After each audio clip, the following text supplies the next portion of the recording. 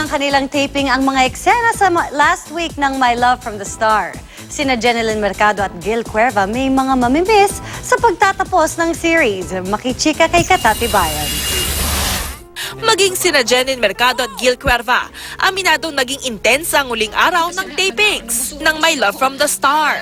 Sa dami ng eksena, medyo busy kami at wala kami ng time malungkot. So, ginawa namin, nagkaroon kami ng parang day na pwede kaming magsama-sama, magsaya, ganyan. Alam nating lahat na alien si Mateo, and hindi siya pwede magtagal dito sa Earth or else.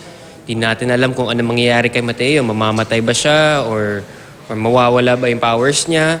Wala raw bakasyon para kay Jen pagkatapos ng My Love from the Star dahil sasabak na raw agad ng Ultimate Star sa shooting ng pagbibidahang Metro Manila Film Festival movie. Tila reunion ito ng production ng English Only Please at baliktambalan sila ni Derek Ramsey. Relate na relate daw si Jen sa pinagbibidahang rom-com movie. Medyo nakaka-relate ako dun sa character. Umiikot siya sa dalawang tao na may relasyon na kailan ba dapat magpakasal.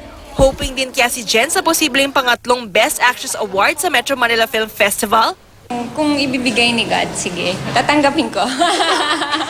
Si Gil naman, magiging busy muli sa acting workshops. Featured si Gil sa latest issue ng Yes Magazine kung saan ikinuwento niya ang kanyang humble beginnings sa showbiz. Ano kaya ang next dream role ni Gil?